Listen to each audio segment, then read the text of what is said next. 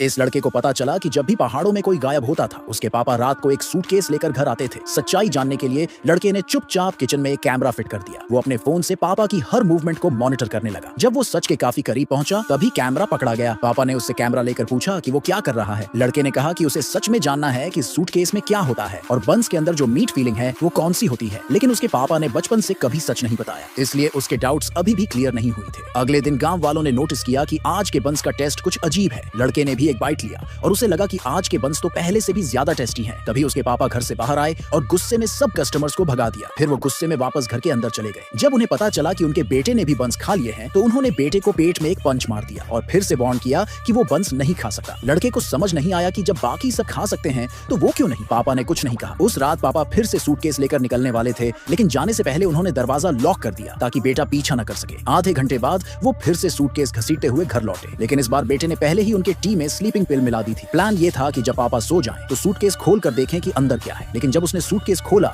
तो वो खाली था, लेकिन लड़के ने पहले से तैयारी कर रखी थी। उसने एक छोटा कैमरा निकाला और सूटकेस के कोने में फिट कर दिया। अब वो देखना चाहता था कि पापा उसमें क्या रखते हैं। अगली सुबह पापा उठे और सीधे सूटकेस चेक करने गए। जब उन्हें लगा कि बेटे ने सूटकेस नहीं खोला तो उन्होंने राहत की सांस ली। फिर सूटकेस लेकर अपने रूम में चले गए। अचानक सूटकेस से एक औरत का ब्रेसलेट गिर गया। लड़का तुरंत उस ब्रेसलेट को देखकर शक में पड़ गया। तभी बाहर से कस्टमर्स ने आवाज लगाई। वो बोले कि जल्दी से बंस बेचो, लेकिन लड़के ने कहा कि आज दुकान बंद है, कल आना। कस्टमर्स को और भी ज्यादा क्यूरियोसिटी हुई। उन्हें समझ नहीं आ रहा था कि कल के बंस का टेस्ट अजीब क्यों था और आज दुकान क्यों बंद है। थोड़ी देर बाद दो पुलिस वाले लड़के के घर आए। उन्होंने बताया कि कल जो महिला टूरिस्ट पहाड़ों में हाइकिंग पर गई थी वो गायब हो गई है और किसी ने उसका पीछा किया था। अच्छी बात ये रही कि अंधेरा था और वो तेजी से भाग गई, इसलिए एक लंगड़े आदमी से बच निकली। लड़के को याद आया कि उसके पापा भी लंगड़ा कर चलते हैं। उसे शक हुआ कि ये मामला शायद उसके पापा से जुड़ा हुआ है। पुलिस वालों ने फिर अपना फोन निकाला और दिखाया कि उस टूरिस्ट का एक ब्रेसलेट खो गया था। वो वही ब्रेसलेट था जो उसके पापा कल रात घर लाए थे। जब पुलिस को ये पता चला तो उन्होंने लड़के से कहा कि पापा को बुलाओ। जैसे ही पुलिस ने ब्रेसलेट देखा, उसके पापा को सस्पेक्ट माना गया। पुलिस उन्हें थाने ले गई पूछताछ के लिए। लड़के को लगा कि अगर उसके पापा ने सच में कुछ इलीगल किया है तो रिपोर्ट करना जरूरी है। उसी शाम एक औरत जो अक्सर बंस लेने आती थी भागती हुई आई। जब उसने सुना कि पापा को पुलिस ले गई है तो वो बहुत परेशान हो गई। वो बड़बड़ाने लगी कि उसे पापा को वो ब्रेसलेट कल रात घर लाने ही नहीं देना चाहिए था। ये सुनकर लड़के को शक हुआ